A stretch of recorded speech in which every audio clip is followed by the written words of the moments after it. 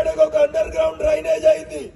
రెండో under ground drainage ని కేంద్ర ప్రభుత్వం నరేంద్ర మోడీ గారు మంజూరు చేస్తే పాత మెదక్ జిల్లాలో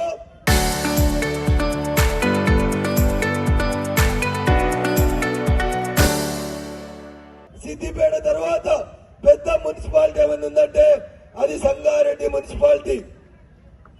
కేంద్ర ప్రభుత్వం నిధులు ఇచ్చి అండర్ గ్రౌండ్ డ్రైనేజ్ చేయమని చెప్తే రెండో మున్సిపాలిటీ ఎవరికి అండర్ గ్రౌండ్ డ్రైనేజ్ కావాలంటే అది సంగారెడ్డి కావాలి.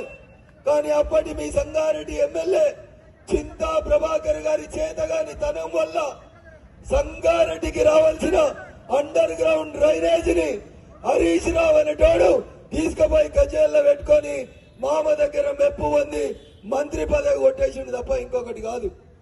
సంగారెడ్డికి ఎప్పటికప్పుడు ఎవరు ఎమ్మెల్యే ఉన్న అన్యాయం జరుగుతుంటే ఈ ఎమ్మెల్యేలు నోరు మూసుకొని కూర్చుంటారు తప్ప మా సంగారెడ్డికి ఇది కావాలని గట్టిగా కొట్లాడి సంగారెడ్డికి ఒకటి తెచ్చిన వాళ్ళు ఎవరన్నా ఉన్నారేమో ఒక్కసారి దయచేసి ఆలోచించుండ్రి.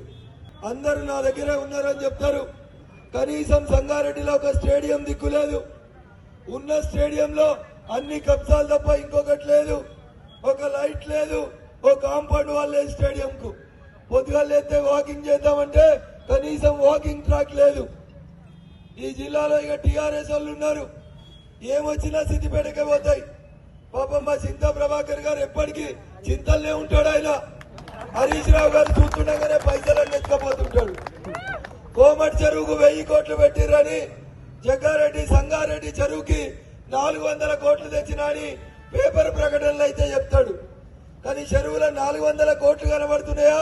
చెరువు కట్ట ఎట్లుందో ఒకసారి మా అన్నదమ్ములు చెప్పాలి. ఇక్కడ ఉన్న వాళ్ళు మాటలేమో జగ్గారెడ్డి కోటలు దాటుతాయి తప్ప, అయ్యా జగ్గారెడ్డి నీకు చిత్తశుద్ధి ఉంటే ఈ రేవంత్ రెడ్డి కూడా నీ జేబుల్నే ఉన్నాడు కాబట్టి జర సంగారెడ్డిలో సీసీ రోడ్లు అండర్ గ్రౌండ్ డ్రైనేజ్ల గురించి ఒక్కసారి ఎప్పుడన్నా ఆలోచించినవా అనేది నేను సూటిగా ఈ వేదిక నుంచి జగ్గారెడ్డి గారిని అడుగుతున్నా.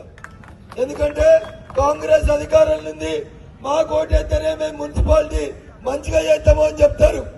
ఎలక్షన్ల కంటే ముందు రాహుల్ గాంధీని తెచ్చి రేవంత్ రెడ్డిని తెచ్చి ప్రచారం చేసినప్పుడు ఏం చెప్పారంటే 2000 పింఛన్ చాలతలేదు, 4000 పింఛన్ ఇప్పిద్దాం కాంగ్రెస్ అధికారంలోకి వస్తే అని చెప్పారు. అబ్బాయి ఎవరికైనా 4000 వస్తున్నాయా? ఇక్కడ కూర్చున్న మా వాళ్ళు చెప్పాలి, 4000 పింఛన్ ఎవరికన్నా వస్తుందా? ఒక్కరికన్నా 4000 పింఛన్ వస్తుందా? కానీ జగ్గారెడ్డిని ముచ్చట చెప్పమంటే మస్తు ముచ్చట చెప్తాడు. వెనుకడికి ఊర్లలో టీవీ లేనప్పుడు భాగవతాలు ఆడుదురు. ఆ భాగవతాలు ఆడేటప్పుడు అసలు వేషం వేసిన వచ్చే కంటే ముందుగా ఒకడు వస్తాడు, తుపాకి రామడని వస్తాడు. వచ్చి మొత్తం మహబూబ్ సాగర్ చెరువులో మొత్తం ఇప్పుడే సోనా మసూరి పోసొచ్చినా 500 క్వింటాల చికెన్ వేసినా నా మీటింగ్ అయిపోగానే మీకు అందరికి చికెన్ బిర్యానీ వస్తుందని చెప్తాడు. అట్లా మీ జగ్గారెడ్డి మాటలకు ప్రచారానికి తప్ప సంగారెడ్డికి రూపాయి పనిచేయలేదైనా ఈ సంగారెడ్డి వెనుకబాటు కారణం ఎవరన్నా ఉంటే 100కి 75 పైసలు జగ్గారెడ్డి బాధ్యత వహించాలి, 25 పైసలు చింతా ప్రభాకరే బాధ్యత వహించాల్సి వస్తుంది. ఎందుకంటే కనబడడానికి లక్షలు ఇచ్చిన వారిని ముచ్చట చెప్తాడు జగ్గారెడ్డి. ఆ లక్షలు 7 వచ్చినాయి, ఎవడో జేబులో దొరికితే టైంకి వాని జేబులోకి వెళ్ళి తీసి వీనికి ఇస్తాడు.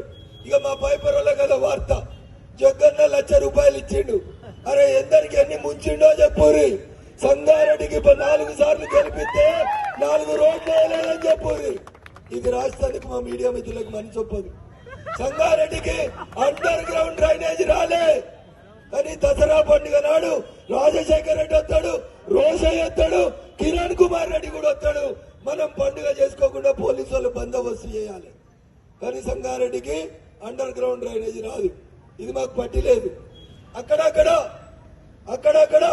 అప్పుడప్పుడు బుడుబుక్కలోడు కనబడ్డట్టు కనబడి వానికి 50,000 వీనికి లచ్చిస్తే అప్ప జగ్గన్న దానకర్ణుడు అయిండు, మా జగ్గన్నకు చెప్పులు లేవని చెప్తారు.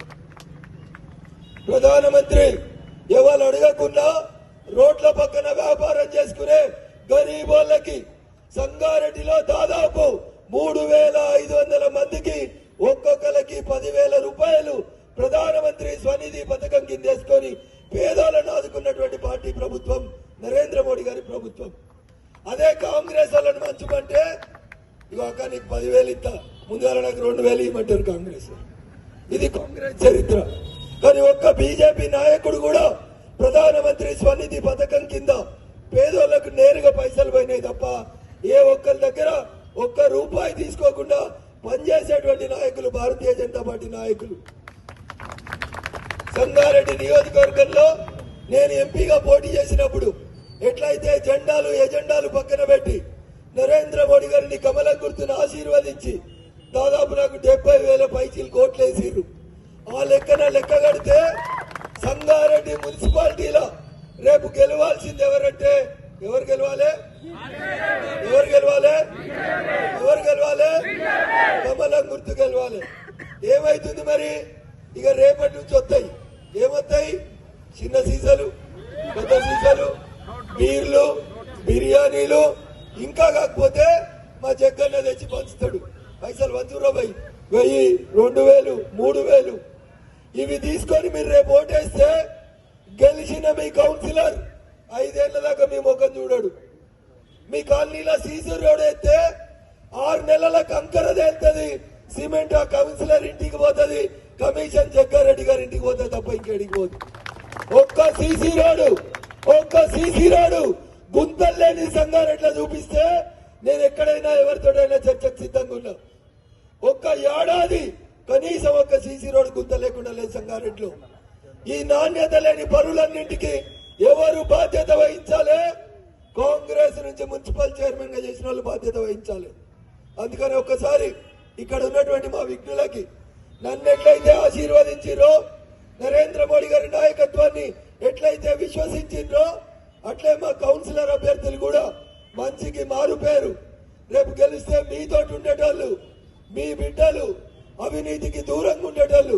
కాబట్టి దయచేసి ఆలోచించి నా మీద మోడీ గారి మీద ఏ ఆదరాభిమానాలను చూపించిరో అట్లే ఇక్కడ పోటీ చేస్తున్నటువంటి కౌన్సిలర్ అభ్యర్థుల్ని కూడా అంతే ప్రేమ అభిమానాలతోటి ఆశీర్వదించాలని మీ అందరినీ కూడా సవినయంగా వేడుకుంటూ, local to global news at your fingertips. మీ చేతిలో ఒక ఆయుధం. Download Raw TV app. Media legend Ravi Prakash is back.